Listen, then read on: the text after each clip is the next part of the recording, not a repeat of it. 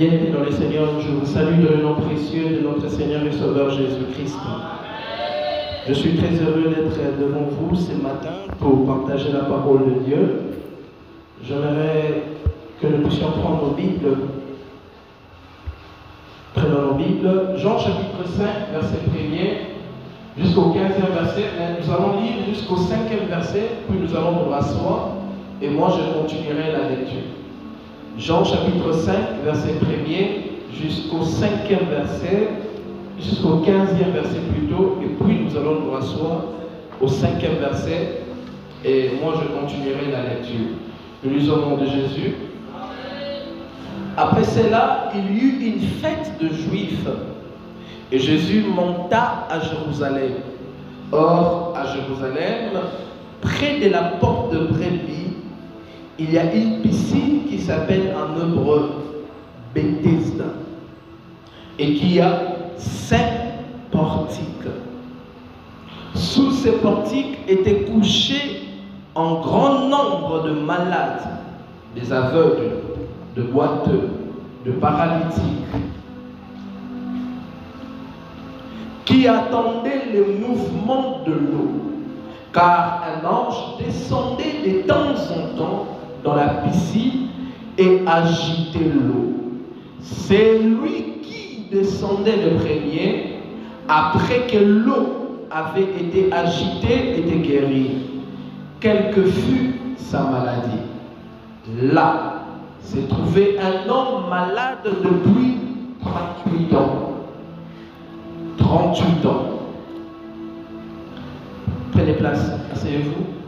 Jésus l'ayant vu coucher et sachant qu'il était malade depuis longtemps, lui dit: veux-tu être guéri? Les malades lui répondirent: Seigneur, je n'ai personne pour me jeter dans la piscine quand l'eau est agitée. Et pendant que j'y vais, un autre descend avant moi. Lève-toi, lui dit Jésus, prends ton lit et marche. Aussitôt cet homme fut guéri. Il prit son lit et marcha. C'était un jour de sabbat. Les Juifs dirent donc à celui qui avait été guéri: c'est le sabbat. Il n'était pas permis d'emporter ton lit. Il leur répondit: celui qui m'a guéri m'a dit: prends ton lit et marche. Ils lui demandèrent: qui est l'homme qui t'a dit: prends ton lit et marche? Mais celui qui avait été guéri ne savait pas qui c'était, car Jésus avait disparu de la foule qui était en ce lieu. Depuis, Jésus le trouva dans le temple et lui dit: voici, tu as été guéri, ne pêche plus, de peur qu'il t'arrive quelque chose de pire. Cet homme s'en alla et annonçant aux Juifs que c'était Jésus qui l'avait guéri. Parole du Seigneur. Est-ce que tu peux encore acclamer le Seigneur? Je profite de ce moment de prendre de l'eau. Acclame le Seigneur.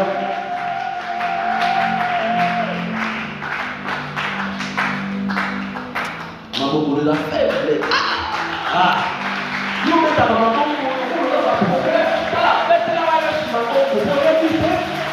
j'attends que tu acclames le Seigneur, le miracle invisible que tu provoques. Tu ne sais pas quand tu acclames Dieu, tu invites Dieu de descendre dans ta vie. Aie l'habitude d'acclamer Dieu. Alléluia. Que Dieu te bénisse. Amen. Je suis très heureux de partager avec nous la parole. J'étais absent toute la semaine pendant le séminaire matinal. Le Seigneur n'a pas permis que nous soyons là, mais Dieu a fait grâce ce matin que nous puissions écouter la parole de Dieu par moi. Nous sommes en train de parler depuis le début de l'année. Notre thème, c'est la marche avec Jésus. Pourquoi est-ce que l'Esprit de Dieu nous a conduits à parler de ces thèmes? C'est pour dire que dans la vie, il est important de savoir si tu es accompagné par qui. Les hommes disent qu'il vaut mieux être seul que être mal accompagné. Alléluia. Il est important de savoir si tu marches avec qui dans la vie, car la clé du succès repose aussi dans qui t'accompagne dans la vie. Si tu formes un mauvais couple, au bala malam, au bala moi c'est bien, et là tu ne souffres pas toute ta vie parce que Normalement, quand on devient deux, on doit gagner plus que quand tu étais seul. Mais il y a beaucoup de couples qui vivent comme s'ils étaient seuls. Pourquoi? Le choix n'était pas bon. C'est pourquoi je prie dans le nom de Jésus pour ceux qui ne sont pas encore mariés, que Dieu nous fasse grâce de trouver des personnes avec qui nous formerons le couple qui gagne, le couple qui arrive à remporter des victoires. Alléluia. Vaut mieux être seul que mal accompagné. Car la pensée de Dieu voudrait que nous puissions être très bien accompagnés dans la vie. Être très bien accompagnés dans la vie. Et on dit la marche avec Jésus, c'est pour dire que dans la vie, quand tu marches seul, tu peux fléchir. Dans la vie, quand tu marches seul, tu peux tomber. Dans la vie, quand tu marches seul, tu peux te perdre. Mais quand tu marches avec Jésus, même au dernier moment, le Seigneur va te secourir. Nous avons vu dans l'histoire de Lazare, qui était l'ami de Jésus. Il était malade, Jésus n'est pas venu lui rendre visite. Il est passé par le temps de l'agonie, Jésus n'est pas venu lui rendre visite. Il est mort, on s'est dit peut-être que le jour de sa mort, Jésus viendrait le ressusciter. Jésus n'était pas venu.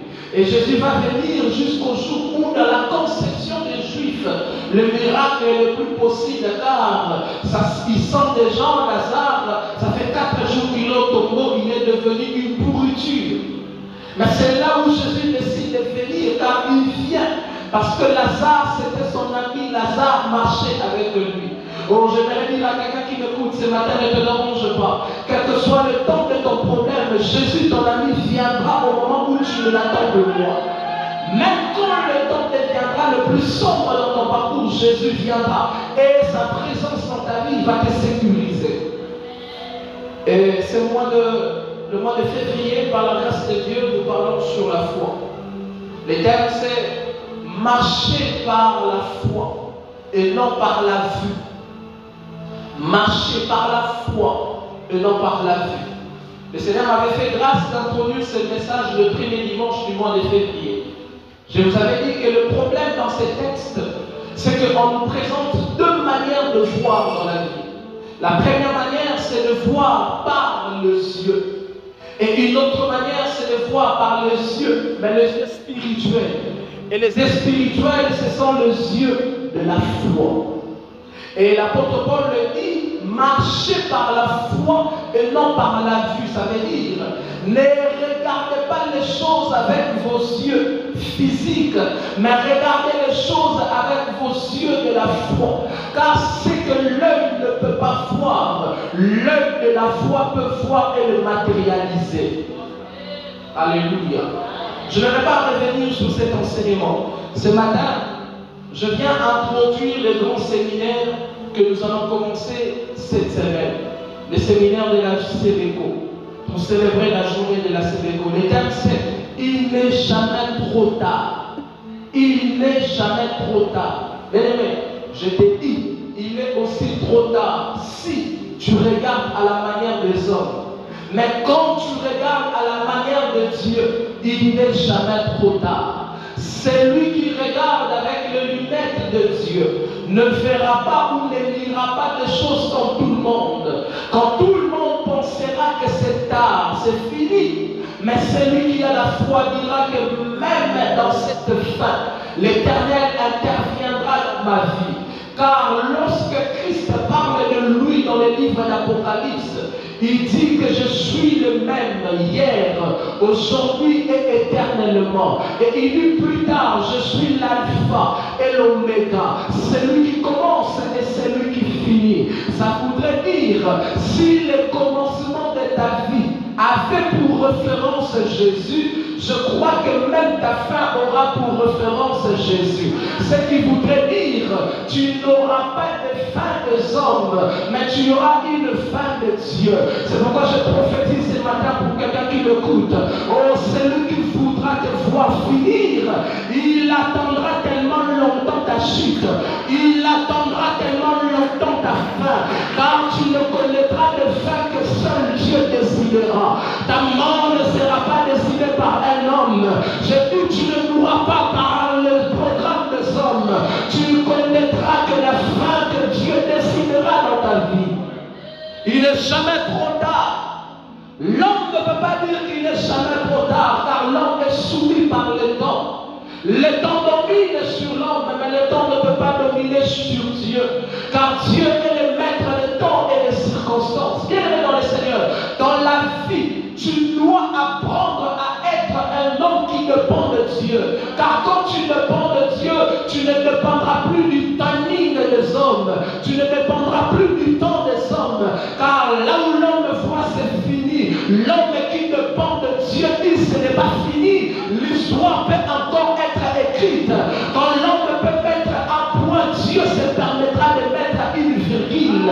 Oh, je prie ce matin. Laisse les hommes mettre le point dans ta vie. Laisse les hommes mettre le point dans ta vie. Il est facile de transformer un point par une virgule, mais il est impossible de rendre à une virgule un point.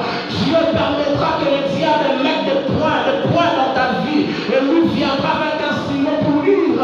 Il y a une virgule. Dans la Bible, je vis une femme.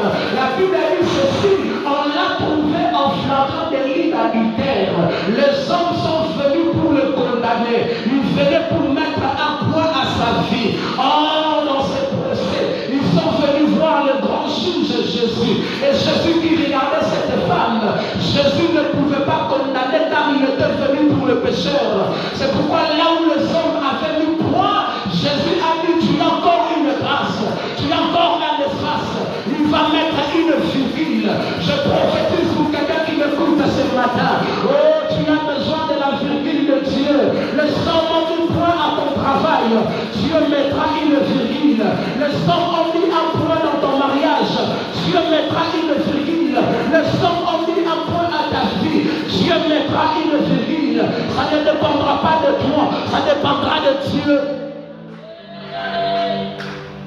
Mais vous savez, quand vous lisez bien la Bible, vous allez vous rendre compte que plusieurs fois Jésus va guérir les gens. Dans la Bible, dans le Nouveau Testament, il va leur dire: va, ta foi t'a sauvé. Alléluia. Plusieurs fois dans la Bible, quand Jésus guérit, il dit: ta foi t'a sauvé. Plusieurs fois. Bartimée était sauvé par sa foi. Il a vu en Jésus ce que tout le monde n'avait pas vu.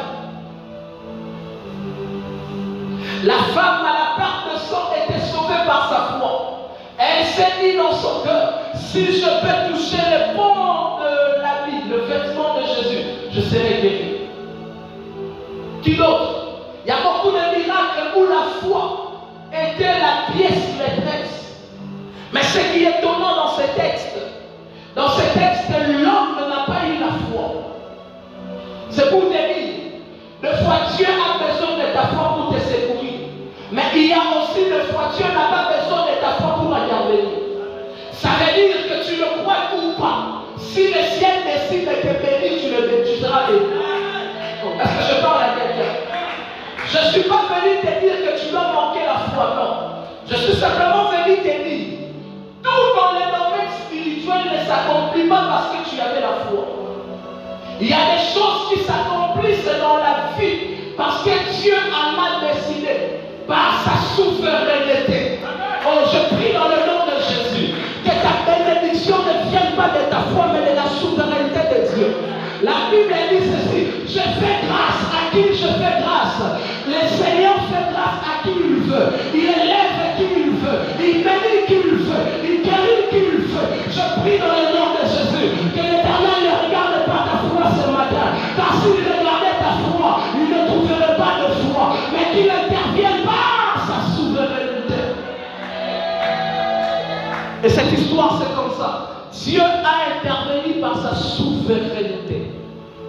Ici, nous sortons du domaine de la foi. Pour te dire, parce que vous savez, l'homme est tellement orgueilleux. Je vais parler de moi, de moi-même. Un jour, je devais aller prêcher dans une grande église de la CDO. Comme un fils, je dis: moi, je vais prêcher dans cette église. Comment? Je suis allé chercher Dieu. J'ai prié pour un séminaire de 3 jours. J'ai prié. J'ai beaucoup prié. J'ai gêné. J'ai médité la parole. Vous savez, des fois on se sent tellement puissant. Je viens, j'ouvre la parole, je prêche. Et il y a des choses spectaculaires qui se sont produites dans la salle. Les gens qui tombaient, et les gens qui tombaient. Les gens aiment ça. Il y avait ça. Je rentre. Un autre jour, on m'a dit prêcher. Je fais encore la même chose. Je prie. Mais je viens ce jour. Je prêche. Je finis de prêcher. Personne n'est tombé. Personne n'a parlé à l'homme. Il n'y a eu aucun bruit dans la salle. Ça s'est passé dans les calmes. Et je me sens de la chair. Je dis Seigneur, la bonne nuit, la loukio, pour m'unicité. Je suis rentré triste. Parce que je m'attendais à quelque chose d'extraordinaire dans la salle. Mais quand je rentre, écoute, après 3 jours, je commence à recevoir des témoignages de ces cultes qui est passé dans les calmes. Il y avait des femmes qui étaient là qui ne concevaient pas. Et après cette réunion, Dieu les a visités. Dans cette même réunion, il y a des gens qui ne travaillaient pas, qui ont reçu des travaux. Mais moi, je ne savais pas que ces choses se produisaient. Écoute-moi. Des fois, le Seigneur n'agira pas dans ta vie parce que tu as forcé. Dieu, des fois, brisera ton orgueil. Le Seigneur n'agira pas dans ta vie parce que tu te sanctifies. Le Seigneur n'agira pas dans ta vie parce que tu as seulement la foi. Des fois, il agit par sa souveraineté. Ça ne dépend pas de toi, mais ça dépend du ciel. Est-ce que je parle à quelqu'un? Arrêtons de nous enorgueillir. C'est Dieu l'acteur. Le plus grand acteur dans les miracles, c'est le Seigneur, le Saint-Esprit.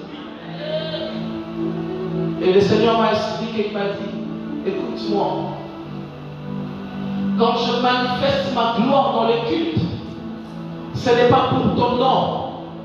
Ce n'est pas parce que tu t'appelles Nasser, Iloum, que je manifeste ma gloire faux. Ce n'est pas parce que tu as prié que je manifeste ma gloire. Mais je manifeste ma gloire à cause de mon propre nom. À cause de ma propre gloire. Fais-toi petit, humilie-toi. Ça ne dépendra pas de toi. Bien aimé dans le Seigneur. Le Seigneur va t'élever, mais ça ne dépendra pas de toi. Le Seigneur te placera au sommet, mais ça ne dépendra pas de toi. Le Seigneur fera de toi une étoile, mais ça ne dépendra pas de toi. Arrête de courir derrière le succès. Arrête de courir plutôt derrière la gloire. Ces choses sont vaines. Cours derrière le Christ. Cours à séduire le cœur de Dieu. Continue d'être un enfant qui attend et qui attend tout de la part de Dieu. Même pour manger, attends-toi de Dieu. Même pour te vêtir, attends-toi de Dieu. Même pour te marier, attends-toi de Dieu. N'attends pas d'un secours auprès des hommes. L'homme ne peut pas sauver. La Bible me dit ceci. Le secours, l'élévation ne vient ni de l'Orient, ni de l'Occident, mais l'élévation vient de l'Éternel qui a créé le ciel et la terre. Celui qui t'élève est celui qui a créé le ciel. Ça veut dire que ton élévation n'aura rien de pareil. Ton élévation aura une grande hauteur. Car celui qui t'élève a commencé par créer le... Est-ce que nous avons été au maman? Est-ce que nous avons été à l'eau? Bien aimé, je suis dans mon introduction. Quand tu lis la parole de Dieu, cette histoire de la piscine de Bethesda, je l'ai trop prêché dans mon ministère. Mais chaque fois que je me permets de lire les textes, c'est comme si je découvre encore de nouvelles choses que je n'avais pas lues avant. C'est ça avec Dieu. Dans l'école de Dieu, ne pense pas que tu es déjà arrivé quelque part. Même les textes que tu maîtrises le mieux, Dieu peut encore t'enseigner plus qu'il t'a enseigné avant. Le texte que maîtrisant dans Jean chapitre 3 verset 7. Car Dieu en t'a aimé le monde, qu'il a donné son Fils unique, afin que quiconque croit ne périsse pas. Un jour, on a unique. Par rapport à la situation, Dieu a donné son Fils unique. Tu comprends? C'est une personne du solo. Quand j'étais encore étudiant à l'UPEC, il fallait que j'achète un syllabus, un support. Il y avait une condition, il fallait acheter ces supports pour faire l'interrogation. J'étais en G2 à l'époque, c'était l'interrogation de management. Et le prof de management avait placé son syllabus à 20 $. Et bizarrement, je reçois le message Alpessa de ma cousine. Cette cousine, normalement, elle ne m'a jamais donné de l'argent. Parce qu'au Canada, a capé de mon côté, mais à titre de l'homme, elle m'a dit la fille. Et quand nous suivons, après s'il a 20 $, à l'époque 20 $ c'est beaucoup d'argent. Peut-être aujourd'hui on ne trouve pas que c'est beaucoup, hein. Mais à l'époque c'était beaucoup d'argent. Elle m'envoie 20 $, je fais sortir sur un messager mon 20 $. Ce qu'on a fait dans la côté, on a vu soit que l'église. Et pas pasteur Kao. L'église se trouve à la 13e rue. Bethesda. Je dis, pourquoi je ressens l'envie d'aller prier à Bethesda? Je vais prier à Bethesda. Au lieu qu'il a dit qu'il a fait de la Rwanda. Au lieu qu'il a dit qu'il a combien on a dit dans la culte. Erreur. Fallait dire qu'à moi on a parlé. Maintenant on a culte. La compte à culte, tu l'as porté pour lui. Quel message? Aimer, c'est donner. C'était ça le message. Je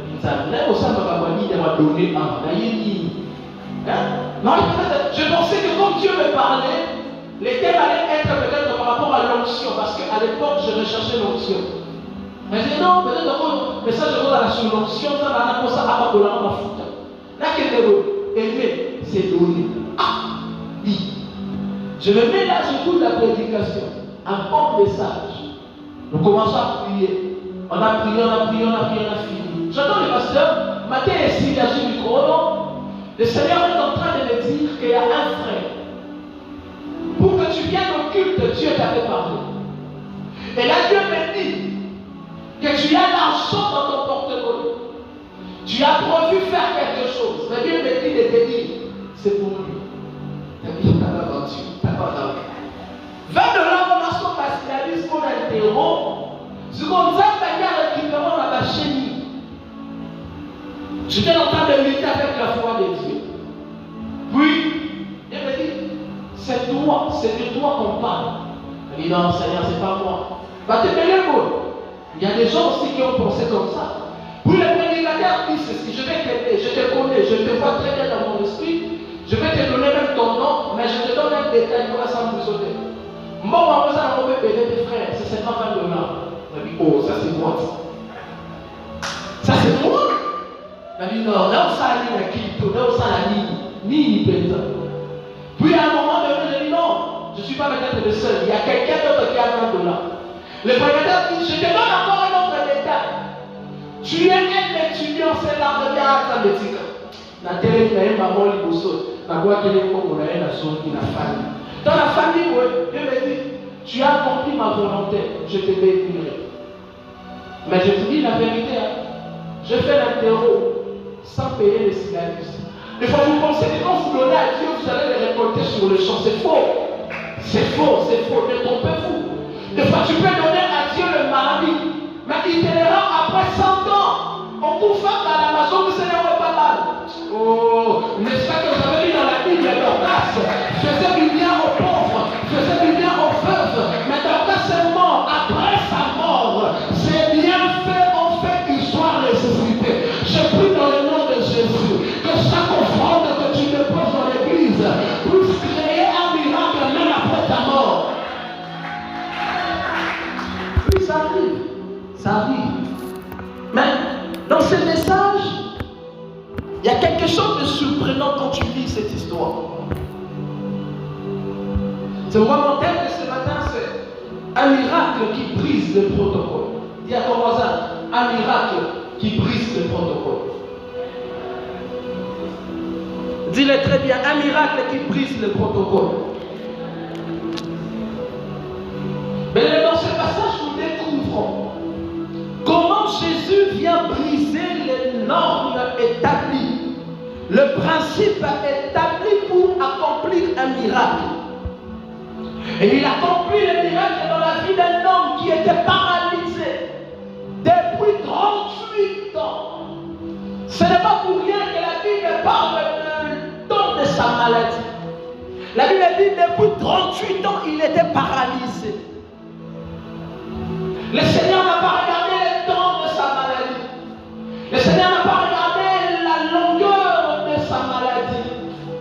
Il n'a même pas regardé le nom de sa maladie. Et d'ailleurs, quand on parle de cet homme dans la Bible, on le présente non pas avec son nom, mais avec son problème. On dit qu'il était un paralytique. Mais un paralytique qui avait une adresse de miracle. Il n'était pas n'importe où, il était à Bethesda, le lieu de toutes les possibilités. J'ouvre une parenthèse pour dire à quelqu'un, dans la vie, il faut te trouver dans un endroit qui te rapproche à ton miracle. Ce paralytique ne devrait pas se trouver à la maison, mais il devrait se trouver à Bethesda. Pas n'importe où, mais à Bethesda. Pourquoi est-ce que le Seigneur parle de Bethesda et non pas dans l'hôpital, et non pas dans sa maison, mais il devrait se trouver à Bethesda. Il y a des endroits qui attirent la présence de Dieu. Comme être dans l'église. Tu peux venir à l'église au mois de janvier. Tu ne vis pas ton miracle. Au mois de février, tu ne vis pas ton miracle. Au mois de mars, avril, juin. Mais c'est que je sais, quel que soit le temps, parce que tu es dans la bonne adresse où l'atmosphère est disponible, la grâce est disponible, la gloire est disponible, ton miracle finira par arriver. Ce paralytique a trouvé une bonne adresse de son miracle. Tu vois, la présence de Dieu est la bonne adresse pour changer les choses dans ta vie. Ne quitte pas la présence de Dieu, quelle que soit la difficulté, quels que soient les problèmes, quelles que soient les situations. Ne quitte pas la présence de Dieu, car c'est le seul endroit qui rend effectif le ciel. Est-ce que je suis en train de parler à quelqu'un? Ce paralytique n'a pas quitté Bethesda. Il venait chaque jour à Bethesda. Je me demande, quand il venait et qu'il n'était pas guéri, il ne se décourageait pas. Il rentrait. Et puis il va revenir un autre jour. Il n'est pas guéri, il rentre. Et il reviendra un autre jour. La Bible ne dit pas qu'il a passé 38 ans au Bethesda, non. La Bible dit que sa maladie a duré 38 ans. Je ne sais pas si à Bethesda il a passé combien de temps. Mais c'est comme si venir à Bethesda c'était son seul espoir. Venir à Bethesda c'était son dernier espoir. Bon, c'est pourquoi je m'arrête de dire, venir à l'église doit être ton dernier espoir. Prier doit être ton dernier espoir. Quand tous tes espoirs finissent, c'est alors que l'espoir de Bethesda doit régner et prendre place dans ta vie. La prière est une image de Bethesda. Et la Bible dit que ces paralytiques venaient tous les jours là. Mais je dis dans mon terme, c'est un miracle qui brise le protocole. Ça veut dire qu'il y avait des protocoles qui interdisaient à cet homme de vivre le miracle. Et il y a deux types de protocoles dans la vie qui nous empêchent de vivre le miracle. Le premier protocole, c'est ce qu'on appelle le protocole extérieur. Dis à ton voisin un protocole extérieur. Dis-le très bien, un protocole extérieur. Le protocole extérieur, ce sont les barrières indépendantes de nous. Ce sont les barrières qui ne dépendent pas de nous. Ce sont les barrières qui nous dépassent, qui nous outrepassent. Ce sont les obstacles hors de notre contrôle. Des obstacles qui nous empêchent d'accéder à notre miracle. Et les paralytiques de Bethesda avaient beaucoup d'obstacles extérieurs à lui. Et parmi ces obstacles, le premier, c'est qu'il était dans un environnement saturé de malades. Ça veut dire qu'il n'était pas le seul malade. Là, dans la piscine de Bethesda, il y avait plusieurs autres malades. Il y avait des boiteux, il y avait des sciatiques, il y avait des lépreux, il y avait tout le monde, toutes sortes de maladies. Et il n'était pas le seul à être malade. Maintenant, le Seigneur, tu n'es pas le seul qui souffre. Il y a encore beaucoup d'autres personnes qui souffrent plus que toi. Tu peux peut-être pleurer pour le loyer que tu manques à payer. Mais il y a quelqu'un qui est en train de pleurer parce que lui, il cherche même où trouver la tête, c'est reposer. Où reposer sa tête, un toit ou dormir. Tu es en train de te pleurer parce que tu n'as mangé que les maths mêlés. Mais il y a un autre qui cherche même à trouver. Chacun de nous a des problèmes dans sa vie. Et les problèmes dépendent d'une personne à une autre. Le premier problème, c'est un environnement saturé de malades. Il y avait plusieurs malades dans la piscine de Bethesda. Mais le deuxième problème, c'est qu'à Bethesda, il y avait un système établi pour provoquer un miracle. Il y avait un système établi pour provoquer un miracle. Et le système était qu'il fallait attendre qu'un ange agite l'eau. Et celle le plus rapide pouvait en bénéficier.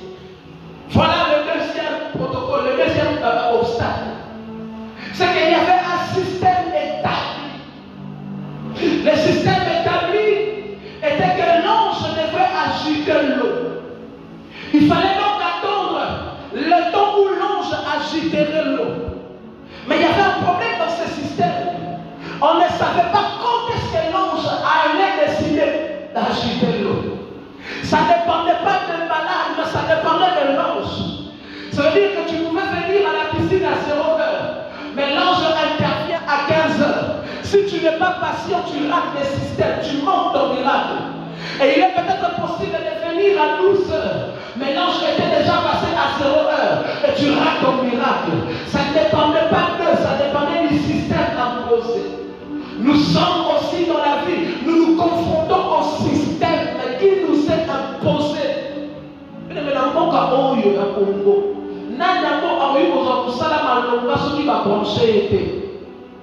Voilà le système. Est-ce que tu comprends? Il est impossible, il est difficile de s'en sortir dans ces pays. Celui qui doit brancher au thé. On a 5 millions de francs congolais. Et afin d'arriver à Signalaka, sont assignés à Zonika. Mais chaque fin du mois, on a 5 millions. Ce qu'on y a au salaire à ma casse, même bon à l'onga. Tu es dans un système qui te limite même de prospérer. Est-ce que je parle à quelqu'un? Le troisième système, le troisième obstacle, c'est qu'au-delà d'un système, au-delà d'un environnement saturé de besoins, la piscine de Bethesda avait un autre obstacle. C'est qu'il fallait un effort personnel nécessaire pour toucher à son miracle. Pour être guéri, il fallait être capable de descendre dans la piscine au bon moment. Quel défi! Quelqu'un qui est malade, il doit se jeter dans la piscine. Oh. J'imagine s'il y avait le fou. Le fou se jetait tout le temps dans la piscine. Parce qu'il ne comprend pas les principes. Je me souviens aussi, s'il y avait peut-être quelqu'un qui souffre de la malaria. Ma soeur jumelle, quand elle tombe malade, la maison n'est pas calme. Parce que vous pensez comme si cette personne va mourir. Quand elle fait la fièvre, c'est... Sa fièvre parle. D'abord, la fièvre, mais fièvre est le loba.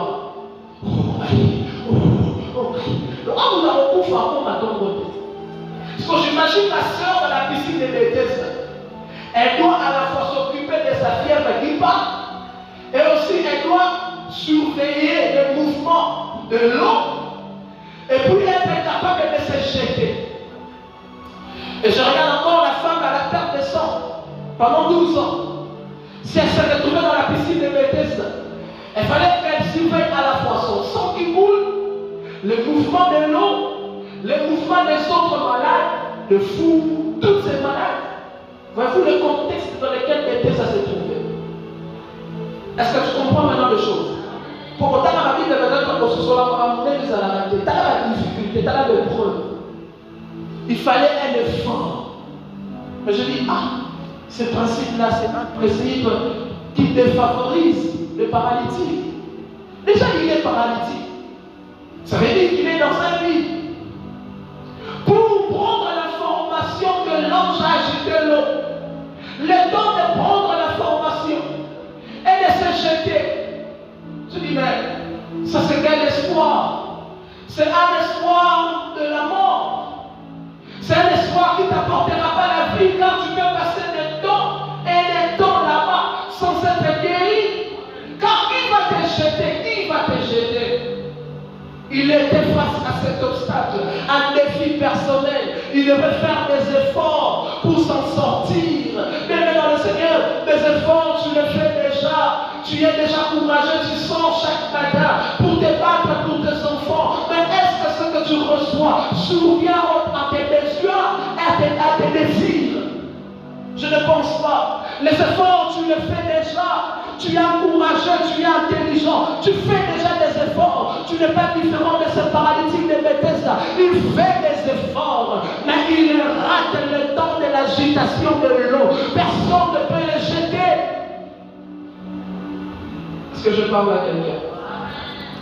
Et quand on continue le texte, on se rend compte qu'il y avait un autre protocole.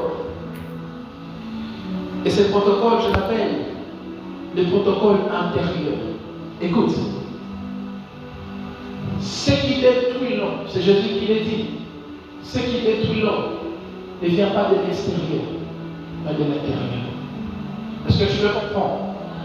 Ce qui détruit l'homme ne vient pas de l'extérieur, mais de l'intérieur. Le paralytique de Bethesda avait un autre protocole. Bartimée a vu Jésus passer. Il a dit, fils de David, aie pitié de moi. Bartimée avait l'information sur Jésus. Il avait l'information que Jésus pouvait guérir de sa maladie. Il a vu Jésus dans sa gloire. Il a vu Jésus comme le fils élevé de David. Mais le paralytique de Bethesda n'avait ni l'information, rien du tout. La Bible dit ceci. Jésus l'ayant vu. Voilà le problème qui se passe ici. C'est Jésus qui voit le paralytique. Mais dans le cas de Bartimée, c'est Bartimée qui voit Jésus. Dans le cas de la femme à la perte de sang, c'est la femme à la perte de sang qui voit Jésus. Mais ici, dans ce texte, c'est Jésus qui va voir le paralytique. La Bible dit l'ayant vu. Il l'a vu comment? La Bible dit l'ayant vu couché. Il y a pour là. Et puis ça m'a positionné en là. Si on était il était dans une position qui normalement ne pouvait pas produire un miracle. C'est comme toi et moi. Nous sommes dans des positions qui ne peuvent pas produire le miracle. Notre malheur c'est d'être au Congo. Notre malheur c'est d'être ici parce qu'ailleurs tu travailles, on te donne de l'argent. Mais nous faisons beaucoup d'efforts, nous recevons combien? Alléluia. Est-ce que je te parle? Je parle pour finir, ne te dérange pas. Je n'ai pas encore atteint 40 minutes.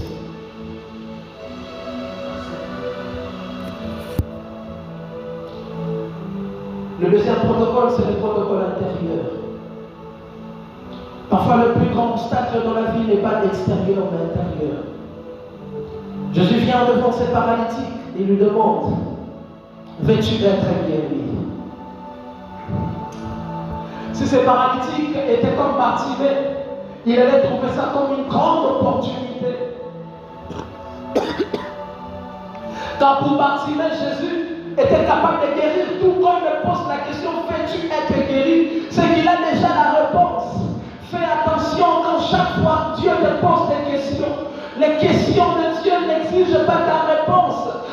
te pose des questions, il a lui-même prévu de réponses et de solutions à ton problème. Bartimée n'avait pas besoin que Christ lui pose des questions. Mais ce paralytique de Bethesda, Jésus lui a posé une question. Veux-tu être guéri?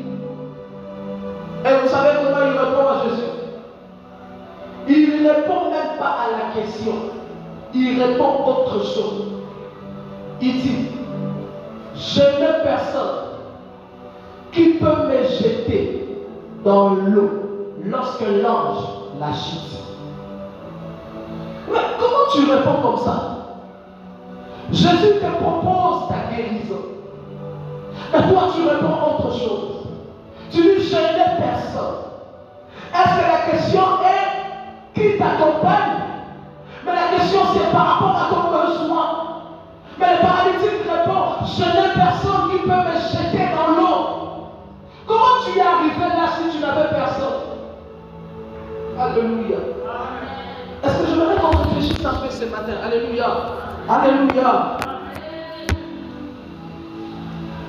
Il répond par une excuse. Je n'ai personne pour me jeter dans la piscine. Quand j'ai regardé sa réponse, j'ai compris trois choses. La première des choses, c'est que ce paralytique avait tellement intégré le système en lui qu'il ne voyait pas d'autre solution. Quand Jésus lui parle de veux-tu être guéri, il pensait que Jésus pouvait seulement le guérir par le principe de l'agitation de l'eau par l'ange. Or, il ne savait pas que celui qui lui parlait s'appelait la parole vivante de Dieu. La Bible dit ceci, au commencement, c'était la parole.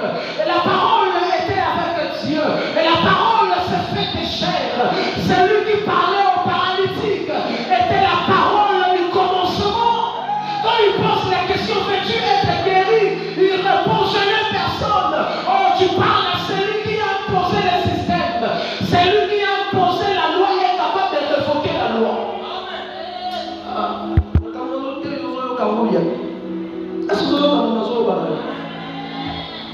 Écoute, c'est lui qui a imposé le loi et le seul qui peut révoquer le loi.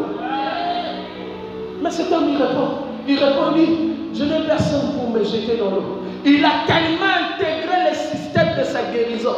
Il a tellement intégré les moyens par lesquels Christ devrait les guérir. C'est l'erreur que plusieurs nous commettons. Nous pensons que pour que Dieu t'élève, il a toujours besoin de passer par les systèmes établis par les hommes. Ton élévation ne viendra pas des hommes. Des fois, on va t'appeler pour un travail que tu n'as pas cherché. Oh, je dis des fois, on va t'appeler pour un travail que tu n'as pas cherché. On va te dire, cette place est pour toi. Reçois ta place. Car ça ne dépend pas de toi, ça ne dépend pas des systèmes. Et quand il répond comme ça, j'ai compris la deuxième des choses. C'est qu'il pensait que sa guérison dépendait des autres. Il pensait que sa guérison dépendait des autres. Il fallait que quelqu'un soit là, le pousse, le jette dans l'eau. Alors que sa guérison ne dépendait pas des autres, mais ça dépendait uniquement de Jésus. Et la troisième dernière chose, c'est que quand il dit je n'ai personne pour me jeter dans l'eau, ça veut dire que son attente était tellement prolongée, au point où cela a fini par éteindre son espoir de guérison. Il n'avait plus d'espoir qu'il pouvait être guéri. C'est pourquoi même son vrai besoin, il ne reconnaissait plus. Lorsque Jésus lui veux-tu être guéri, il lui propose son besoin. Mais l'homme est incapable de voir le besoin, le vrai besoin de sa vie. Comme bien dans le Seigneur, le fois la souffrance nous fait perdre le vrai besoin de notre vie. On m'a raconté une histoire. Un homme a rencontré le président. On m'a dit qu'il était de l'Équateur. Ils ont rencontré le président.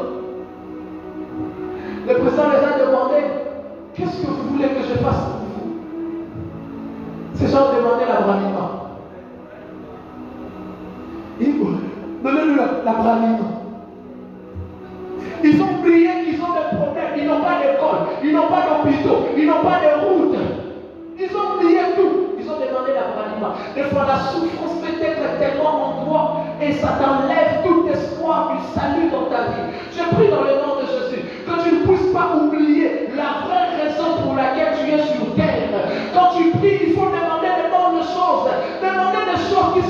impossible. Des choses que tu vas vivre, il n'est pas impossible de demander à Dieu des millions. Demande même des millions, bien aimé, c'est possible. Que ta souffrance ne t'enlève aucun espoir de croire au miracle. Non, bien aimé. Non, bien aimé. Cet homme, son espoir était déjà parti car ça faisait très longtemps qu'il était malade. Et je ne connais pas combien de temps qu'il est passé à détresse. Regardez Jésus. Il ne va même pas suivre son manque de foi. Jésus va même oublier qu'il disait aux gens, va, ta foi t'a sauvé. Il regarde cet homme et dit non, pour lui, tu dois agir différemment. Il va parler. Jésus va parler. Je dis Jésus va parler. Oh, je dis parfois ta solution ne viendra pas de mécanismes, de systèmes établis. Jésus va utiliser les moyens le plus simples. Il va parler. J'aime le système que Jésus a utilisé. Jésus n'a pas demandé à l'ange de descendre et d'agiter l'eau. Jésus n'a pas demandé à ceux qui fassent des efforts, qui se jettent dans l'eau. Jésus n'a pas demandé qu'il y ait quelqu'un qui le pousse pour son miracle. Il n'avait besoin d'aide de personne. Jésus a simplement parlé. Il voulait nous apprendre ce qui allait arriver plus tard. Même lui-même, Jésus, pour sortir du tombeau, il n'avait pas besoin du secours extérieur. Il n'a pas eu besoin qu'on puisse porter pour lui la pierre. Lui-même, de toute sa gloire, la parole a permis à ce que Christ sorte du tombeau. Il est sorti du tombeau à cause de la parole. Et il a regardé ce paralytique. Il a dit, oh bien-aimé, prends ton lit, lève-toi et marche. Je dis, mais c'est quoi cette réponse? Il pose une question. Veux-tu être guéri? On répond que je n'ai personne pour me jeter. Et je lui viens dire encore à cet homme, prends ton lit. Bien-aimé dans le Seigneur, tu n'auras pas besoin de X ou de Y. Tu n'auras pas besoin de Z pour vivre le miracle. Jésus te dit ce matin, prends ton lit. Et je regarde la Bible, je me rends compte que le lit servait cet homme. Il reposait cet homme dans sa faiblesse. Le lit portait la faiblesse de cet homme. Et Jésus va dire à cet homme, tu prendras seulement ta faiblesse. Oh, je parle comme un prophète de Dieu. Tu prendras seulement ta pauvreté. Je parle comme un prophète de Dieu. Tu prendras ton sédiment. Je parle comme un prophète de Dieu. Tu prendras ta maladie. Il ne changera pas de lit d'hôpital. Tu ne changeras pas de maladie. Tu ne changeras pas de problème. À partir de ton problème viendra la solution. Aïe, aïe, aïe, aïe, aïe, aïe, tu ne m'écoutes pas. À partir de ton problème viendra la solution. Jésus a dit, prends ton lit. Prends le lit sur lequel tu t'es couché pendant 38 ans. Prends ton lit, lève-toi et marche. Oh, je dis Jésus, comment le paralytique va marcher? Comment il va marcher? Jésus va te donner des réponses contraires à ta situation. Jésus va te donner des solutions contraires à tes problèmes. Si tu veux venir avec un problème de loyer, je parle comme un prophète de Dieu. Oh, ne prends pas ton loyer, mais prends ta parcelle. Prends ta parcelle. Prends ta parcelle. Prends ta parcelle. Je parle comme un prophète de Dieu. L'Esprit du Seigneur est sur moi. Parce qu'il m'a envoyé pour annoncer la bonne nouvelle. Je viens d'annoncer la bonne nouvelle ce matin. Prends ton lit et marche. Jésus a raccourci son miracle. Il n'est pas allé par beaucoup de fois. Il a rendu son miracle possible par sa parole. Je prie dans le nom de Jésus que Dieu te parle ce matin. Oh, sa parole t'a parlé ce matin. Tu recevras en fonction de ton écoute. La Bible me dit ceci, le juste vivra par la foi. Oh, la foi vient de ce qu'on attend. Je prie dans le nom de Jésus que tu reçoives la parole qui te permettra de marcher, que tu reçoives la parole qui te permettra de courir, que tu reçoives la parole qui te permettra de créer ce qui n'existe pas. Cet homme